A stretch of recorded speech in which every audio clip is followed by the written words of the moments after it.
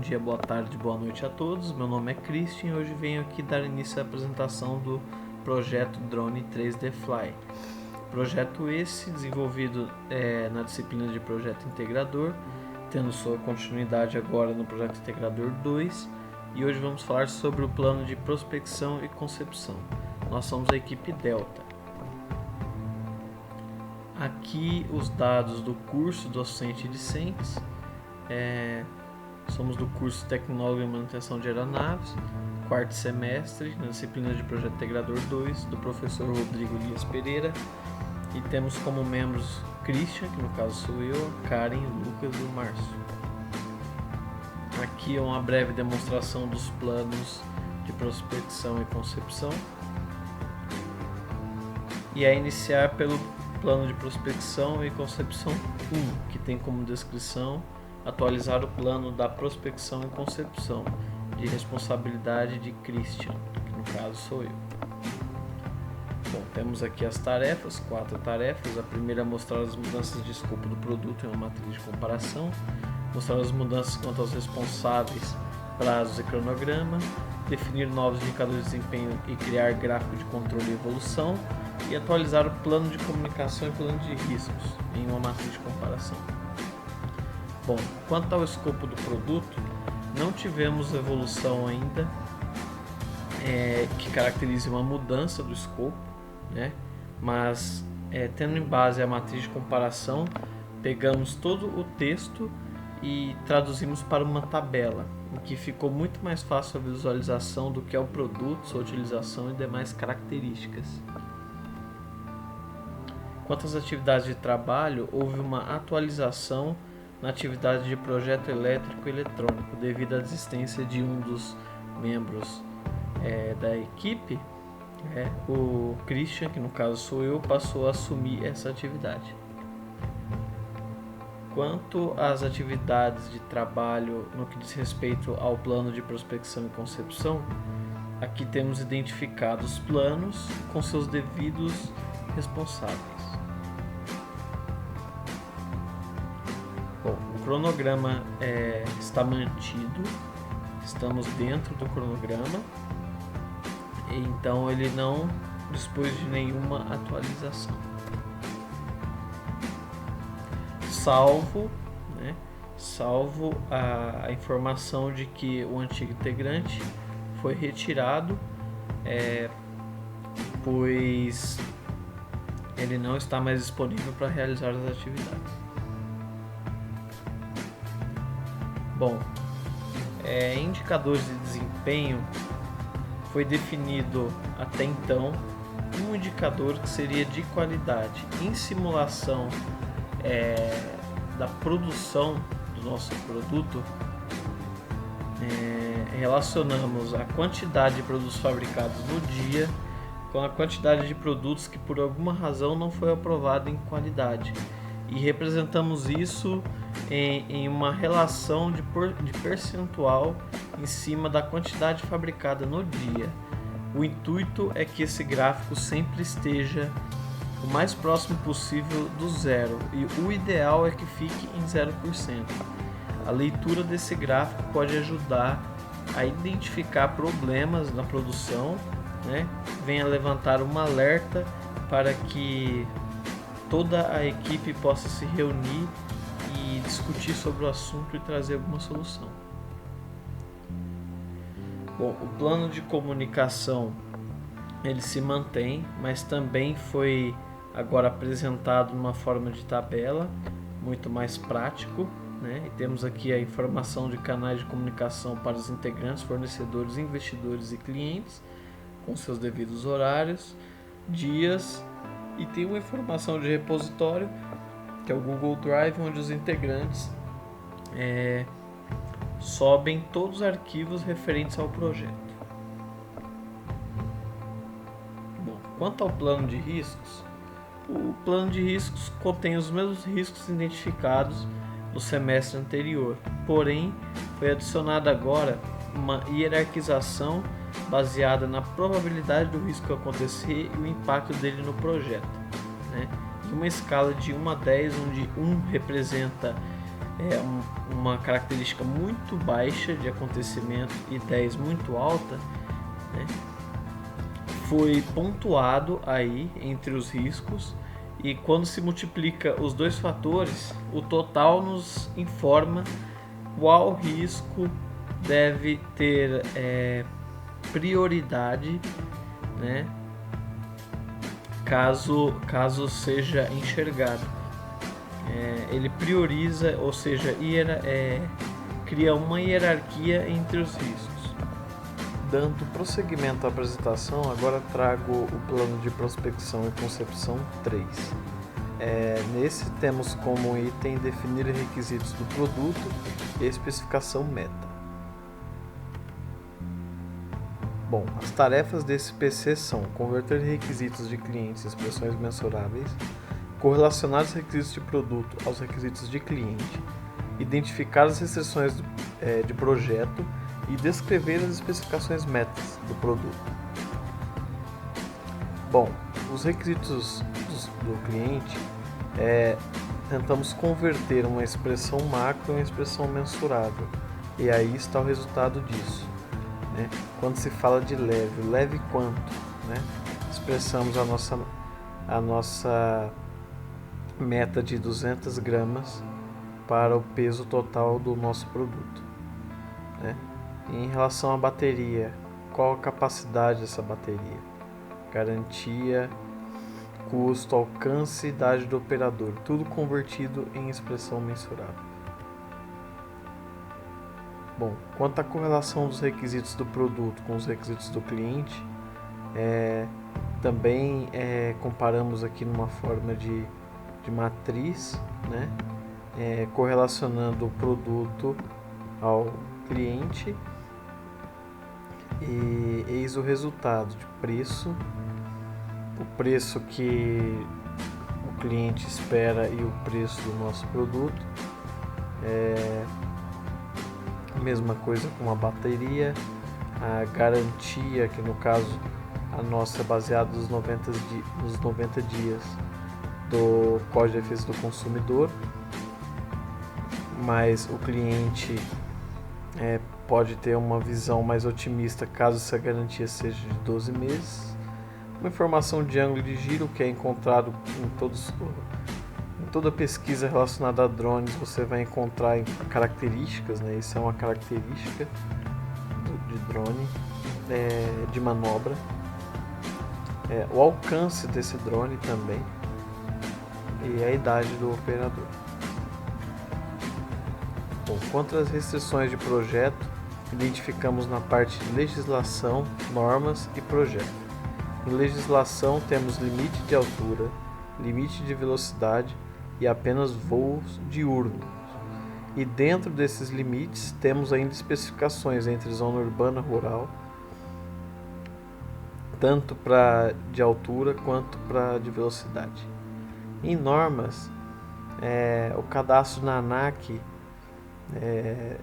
exige que o peso seja a partir de 250 gramas, ou seja, o nosso não necessita desse cadastro, e a altitude máxima de operação até 120 metros. O nosso também não irá atingir essa altitude. E quanto ao projeto, né? O projeto deve ser leve, com 200 gramas, entre 200 gramas, abaixo de 250, o alcance de 50 metros e apenas voos diurnos. Isso delimita as fronteiras do nosso projeto.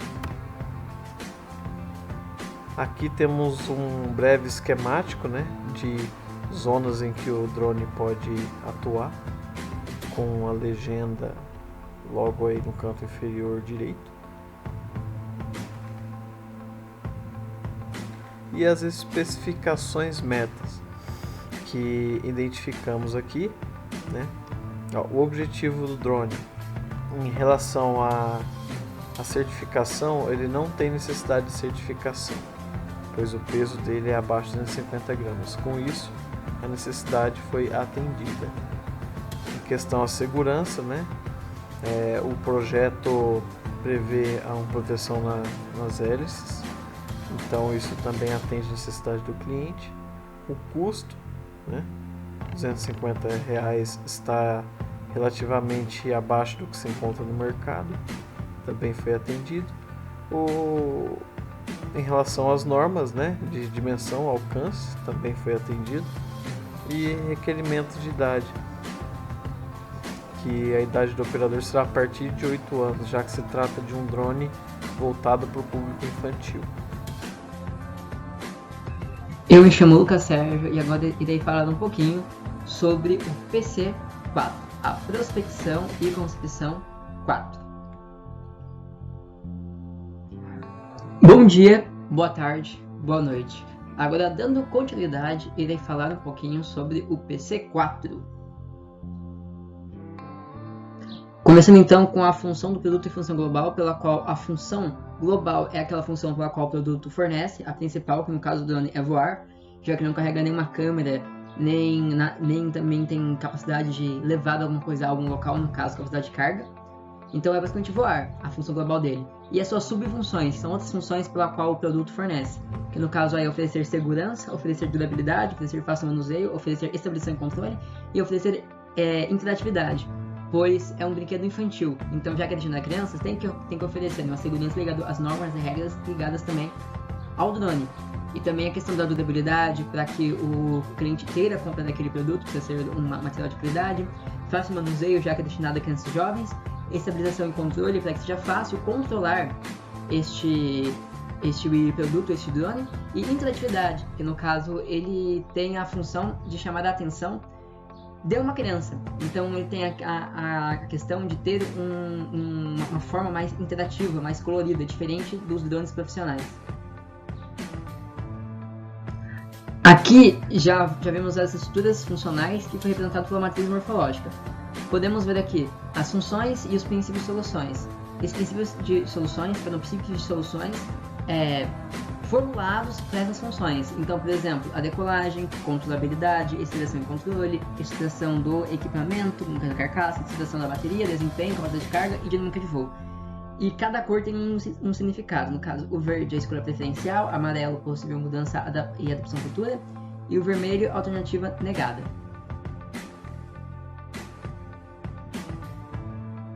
Então, agora após a análise de funções e princípios de soluções, foram encontradas as soluções mais plausíveis para essas funções, que no caso da decolagem foi o motor elétrico, de controlabilidade, controle de 6 canais, estabilização e controle do GPS, utilização de equipamento carcaça ou PLA, ácido poliláctico, desempenho motor CW e CCW, capacidade de carga nenhuma, porque ele é um drone infantil, você não precisa carregar nada, utilização de bateria 2200 e dinâmicas de voo multirotor. Após isso, também temos aqui os efeitos físicos e portadores de efeito, que no caso foram encontrados dois, que no caso tem a função de controlabilidade, porque você precisa controlar o drone, e para isso precisa ter os efeitos físicos, que é aceleração e frenagem. E para você conseguir isso, tem que ter os portadores de efeito, que são o motor, hélice e controle, o controle pelo qual você está controlando o drone. E também existe, nesse caso, o pouso e decolagem, que é uma outra função essencial para o drone. E para que essa função aconteça, precisamos dos efeitos físicos, que são a aceleração, frenagem e estabilização. A estabilização é necessária, pois o drone precisa ficar estabilizado no ar, senão o pentes dele acaba caindo, etc. Então precisa dessa estabilização. E para que isso aconteça, precisa do quê? Do motor, da hélice, controle e trem de pouso, porque sem o trem de pouso não tem como ele fazer a decolagem com êxito. Eu me chamo Lucas Sérgio e agora irei falar um pouquinho sobre o PC7, a Prospecção e Concepção 7. Temos aqui então as respectivas tarefas pelas quais eu pesquisei e fiz este trabalho. Podemos ver aqui e agora vamos começar.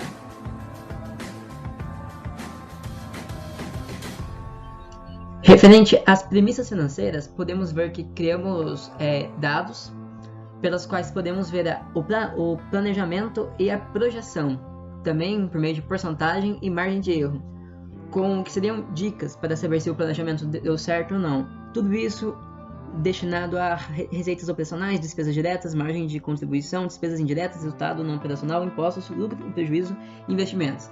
Lembrando que esses valores são idealizados, pois a gente não teve nenhum investimento além do investimento inicial, que foi o de R$1.000 para a criação do protótipo. Mas não existe ainda teste de mercado, então a gente não pegou este produto, colocamos no mercado para ver a quantidade de vendas. Então todos os valores aí são completamente estipulados. Também podemos ver a evolução das receitas, que tem ali, por exemplo, como planejamento e realizado, que é uma coisa que a gente também vai utilizar para saber se a gente conseguiu chegar a dar uma certa meta ou não. Também aí com valores idealizados. Podemos ver também que o aporte inicial foi modificado por saída do integrante do grupo. No caso de 5, foi para 4 pessoas. Só que o caixa estipulado continua o mesmo. O caixa estimado foi de R$1.000, ele continua sendo R$1.000. O aporte inicial, porém, mudou de R$100 para 625 por integrantes. O aporte mensal em 5 parcelas de 20 foi para parcelas de 25. E também existem a questão das rifas e investidores que poderão fazer parte da alocação de recursos. Aqui vemos também o fluxo de caixa, por meio da previsão de demanda por consumo, número de produção por tempo, tipo de cenário, prejuízo de estoque, não vendidos, custos e despesas externas, que é o acúmulo mensal, e também custos totais. Porém, todos esses valores são estipulados e esse gráfico ele também é automatizado. Então, dependendo dos resultados, quando esse produto for aplicado, vai mudar todos os valores que estão aí. Então, é uma planilha automatizada, digamos assim. Só que, por enquanto, com valores hipotéticos também, para que haja esta análise. Dando continuidade ao fluxo de caixa, também vamos separar em janeiro, fevereiro, março, abril, maio, até chegar em dezembro. Depois com o total, isso com saldos iniciais, receita, despesa, lucro, prejuízo, acúmulo e lucratividade. E também com a evolução de lucro por faturamento, que primeiro você pode ver aí que o azul são os valores arrecadados, que no caso é a fatura, e os lucros obtidos, que é o gelo de laranja, que é o lucro que a gente vai tirar por cima dessa fatura.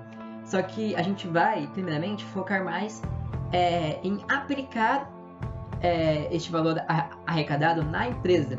E vamos depois, consequentemente, adquirir esses lucros com o tempo, que vai aumentar cada vez mais. Só que o viés inicial é aplicar direto na empresa. E a avaliação é também meramente ilustrativa, podendo haver modificações futuras.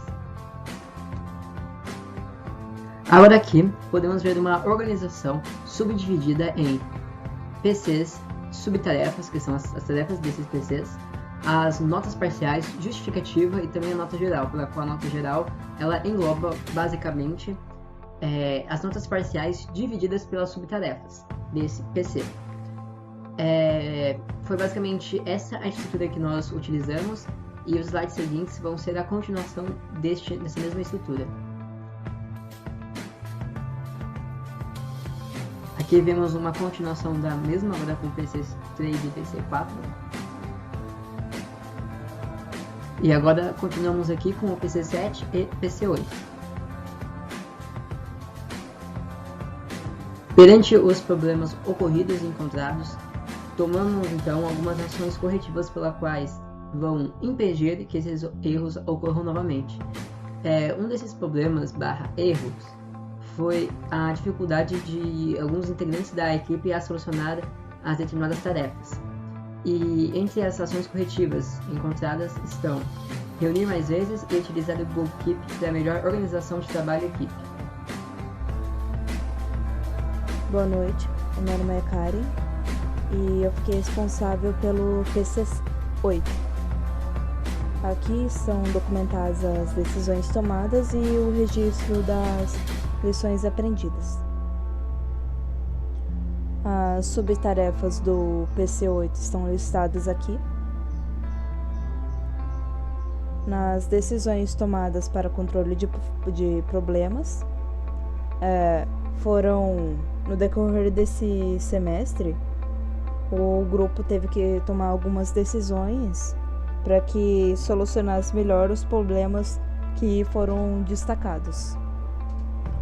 A descrição do problema está na primeira coluna, depois a data e registro e a situação, se está em andamento, pendente ou concluído. E as ações tomadas para que solucionasse o problema da melhor forma possível. Nas lições aprendidas temos o planejamento e organização quanto ao tempo, que nesse semestre foi muito corrido por conta de várias tarefas acumuladas, então tivemos que nos adaptar e fazer as tarefas o quanto antes. A divisão dos trabalhos também foi importante de maneira geral nesse semestre, pois alguns integrantes ficaram indisponíveis e teve que reorganizar o grupo. A comunicação interpessoal, realizamos várias reuniões de alinhamento e foi muito importante a comunicação interpessoal e as reuniões para discutirmos o desenvolvimento do trabalho e alinhar algumas coisas em relação a datas e a documentação de cada decisão, bem como as decisões tomadas e as lições aprendidas. Para cada reunião que tivemos com o orientador Rodrigo, foram criadas atas, que as atas semanais toda quinta-feira. Aí foram anotadas as discussões que tivemos naquela aula e a conclusão, ou seja, o que ficou definido.